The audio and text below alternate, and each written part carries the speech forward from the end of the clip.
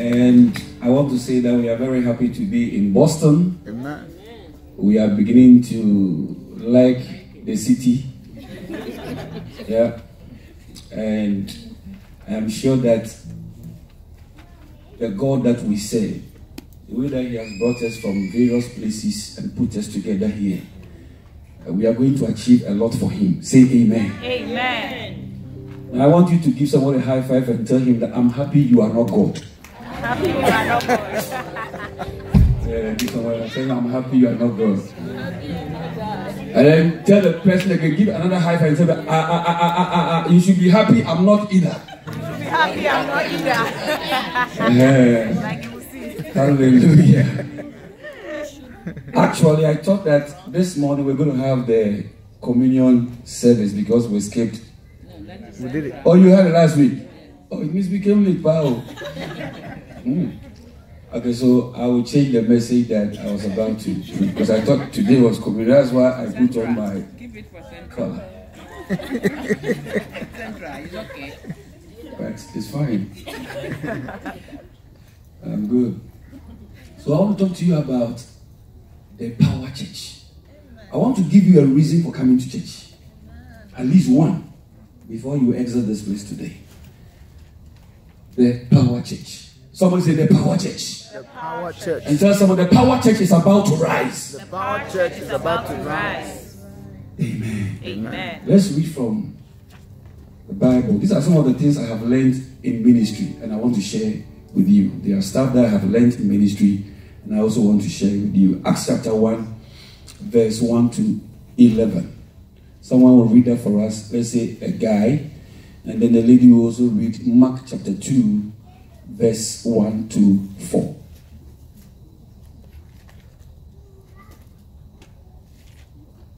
Yes, anyone who has opened can do as the Anna by reading for us. A guy and a lady. One reads Acts chapter 1, verse 1 to 11. And then Mark chapter 2, verse 1 to 4.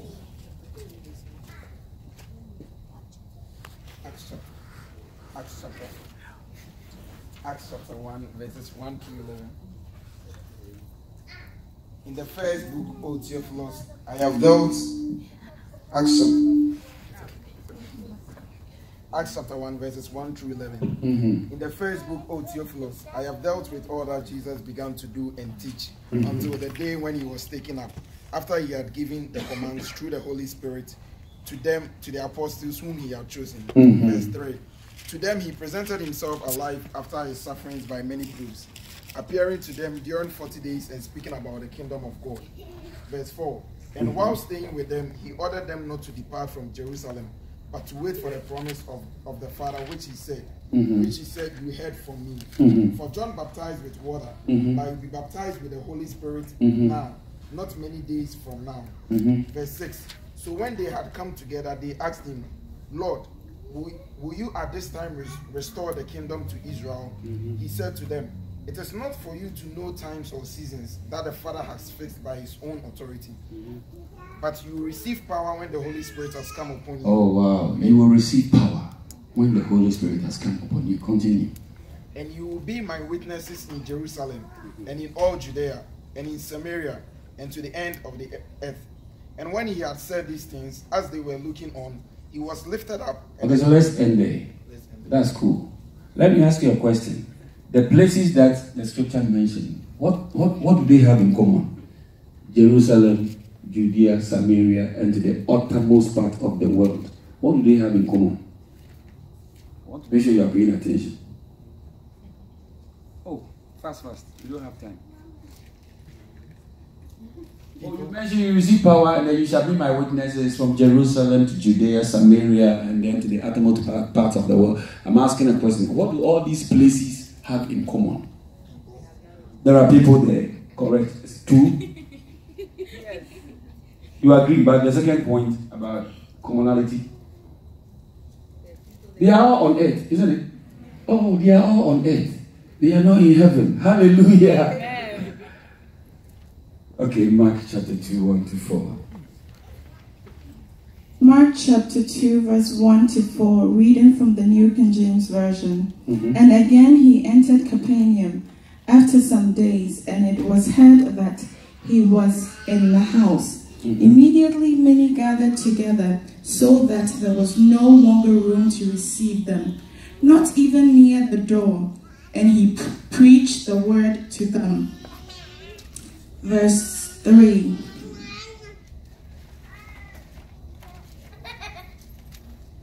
Then they came to him, bringing a paralytic who was carried by 4 men. The paralytic was carried by how many men? 4 men. Keep that in your mind.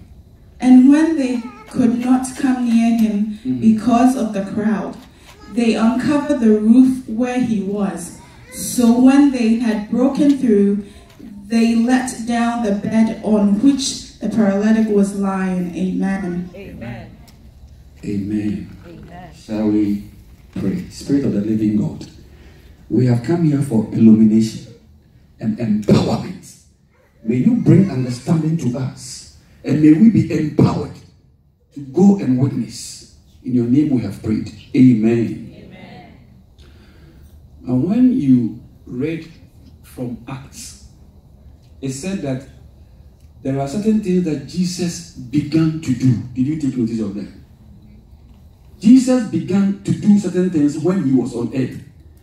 Those things he didn't finish. There are other things that he did and finished, like on the cross, paying the price for our salvation. Are you understanding me? So on the cross he said, it is finished. But then Luke, who wrote the book of Acts, is saying that Jesus began to do certain things. That one he didn't finish. And that is why he told the disciples when they had assembled that not many days hence the Spirit of the Lord will come upon you, and you then will receive what? Power. Somebody say power. Power. And then you shall be my witnesses. So that's what I'm talking about. Jesus didn't go to Ghana, isn't it? Jesus never visited Nigeria. So the work of reconciling the world back to God, Jesus started it but never finished it. Otherwise, he will not tell you go into all the world and preach the gospel. That's what I'm talking about. So as far as evangelism is concerned, Jesus only began but never finished it. But then Jesus said, I have chosen you, hallelujah, Amen. that we should become his witnesses. Now that he's not here to continue the work, we are the ones supposed to continue the work. That's why he said, wait until you are endued with power from on high. Then you shall be my witnesses from Jerusalem. Then he mentioned some places, and I said all of them are on earth, and even to the uttermost part of the world. So Jesus is counting on you and I to be witnesses of the grace and the good news that he brought to mankind. Are you getting the picture? Yes. Therefore, that is why I said that Jesus is raising a power church. And Jesus is aware that without power, you cannot execute his will. You cannot do the work of witnessing effectively without power. So he said, do not go until you are endued. So wait in Jerusalem. Let me say that we use Matthew chapter 28, which says that all power has been given to me. Okay, therefore go into all the world. That sentence is incomplete. That sentence is incomplete. Unless you link it to Acts chapter 1, verse 8, you'll be making a mistake. Because when Jesus resurrected, he spoke to the people he met initially. Some people were going, on their way. And then Jesus appeared to them and he began to discuss with them. Later, he told them that, tell my brethren to meet me. Hallelujah. Amen. And when they met him, then he began to discuss with them. So, those who were present, one of them was Matthew. So, Matthew was writing his account. He couldn't have said it all. Are you understanding me? So, Matthew said that Jesus said we should go into all the world. But Matthew didn't add the aspect of waiting. But when Luke was reporting his side of the story, are you understanding me? Then Luke said, in actual fact, Christ said that we should not leave Jerusalem, but we should wait until we are endued with power. Then we'll go out, as Matthew is saying. So Matthew's sentence is incomplete until you add Acts chapter 1, verse 8. Amen? Amen. Because when we all witness an event, our accounts are likely to be different. I may miss certain parts. Are you understanding me? So that is the point. So when we come to church, we come to wait upon the Lord to be empowered. Then we go out to continue the work of evangelism. Because as you work, sometimes virtue goes out of you. Even Jesus, the master, when the woman who had an issue of blood touched him, Jesus said that, oh, somebody has touched me. And Peter tried to dispute. But there are many. Of course, people are nudging and people are moving, so somebody might have shouldered you. Jesus says, no. Virtue is actually gone out of me. Power has left me for ministration. Are you understanding me? So somebody really touched me. So as you do the work, the power dissipates. Amen? Amen. And that's what Apostle Paul said, that we must be filled with the Spirit of God at all times. So church becomes like a barrack, military barracks.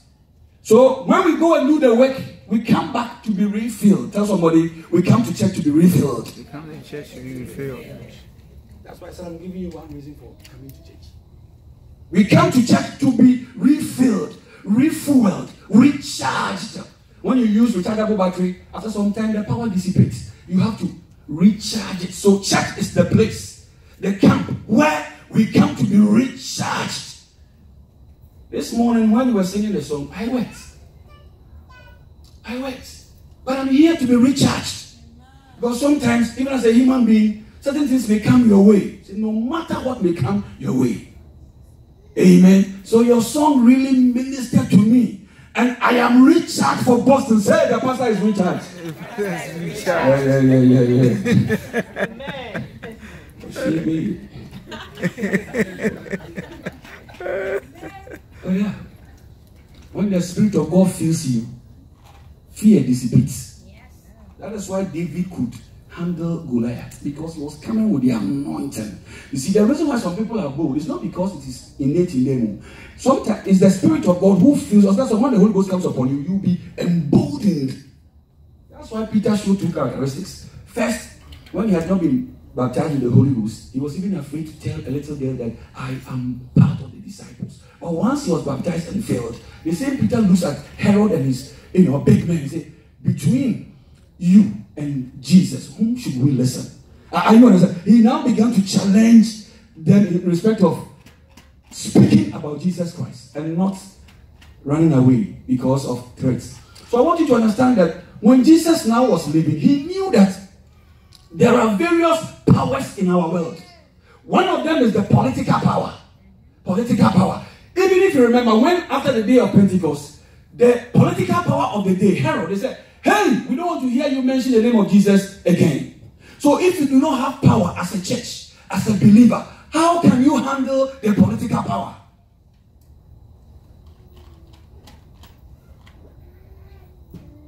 There are some countries you cannot mention the name of Jesus. They will arrest you. How can you handle those political powers if you do not have the power of the Holy Spirit? 2, we have economic power. For example, I remember when Obama was president and what was his name? Cameron? Yeah, in the UK. They told Atta Mills that if you are not going to allow your parliament to pass a law to legalize homosexualism, we are not going to give you economic aid. You see, they are using economic power to cause the country to what? Accept homosexualism as a normal way of life. So, the Christians within that country, if they don't wield any spiritual power, it shall come to pass. Because they are using economic power. Because the government also needs money to run the economy. You see the point? So these days, the enemy is also using economic power to cause us to sin. And God knows that without the Holy Spirit power, you may yield. I wonder you may yield. But Peter met a small girl. He was already yielding. Yeah. Without the Holy Spirit, you will yield. The third one, that's for that one, you know it. Satanic and demonic powers. They are in our world. So when you're about to preach, you must be ready for spiritual attack. How can you combat Satan when you are not filled with the Holy Ghost? So I am giving you reasons why Jesus was telling them that you need my power before you go out there to go and witness. Amen. I don't think anybody disagrees with that. Of course, we need the power. Because there are challenges. There are many more, but because of time, just want to just give these three and then move on. Now, every power originates from a certain center. Every power comes from a source, a certain source. Okay? So that in America, where we are today, question, where is the source of America's political power? Now, in terms of city. Oh, the source of America's political power. Washington, D.C. Easy.